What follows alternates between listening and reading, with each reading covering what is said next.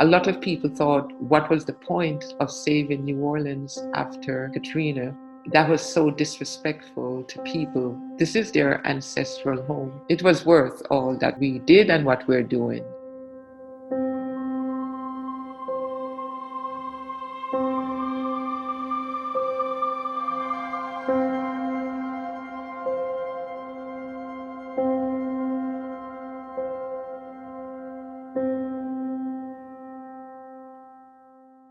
I'm Dr. Denise Shervington. I am a board-certified psychiatrist. I'm also a public health practitioner, meaning that I approach health from the individual and also the population level.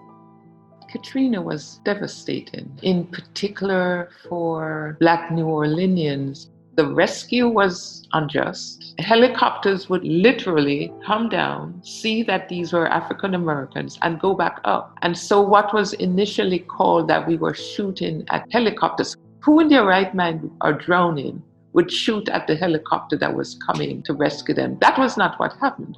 The helicopters came, they did not pick up the Black people.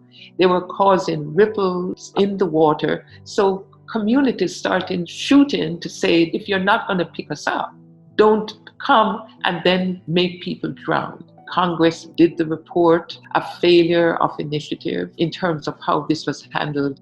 The rise in post-traumatic stress disorder that occurred in New Orleans after Katrina has not gone back to baseline. It has remained. The data showed that our rates of PTSD and depression in young people attending public schools were 2 to 3 times the national rate. And also similar to the rates you see in vets who were returning from Iraq and Afghanistan. I spoke to elders in the community and they all talked about Hurricane Betsy. So each new trauma compounds the other one, and it's like these intergenerational wounds continue. And that's in terms of environmental. We also know genetically we pass on stress and the vulnerability to stress. I worked with a young man who was born 5 days after Katrina, and he had a series of traumas in his life up to age 13. And I'm pretty sure that he perhaps experienced some genetic transmission of vulnerability to trauma.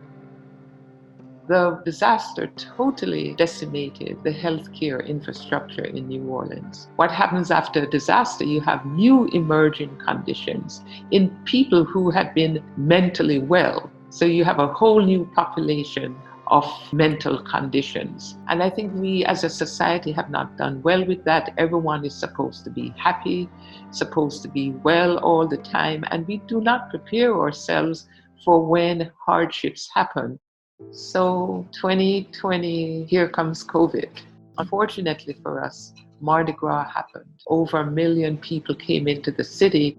In March, April, we had over 200 people dead in a short span of time. About 75% were African Americans. One of the ways New Orleanians deal with the trauma of death is the celebration of life and death. Second lines are huge in New Orleans. It's very fantastical, it's beautiful. It allows one to cope a little bit better by tapping into the celebration of who this person was. One of the traumas of COVID is not being able to engage in this cultural expression.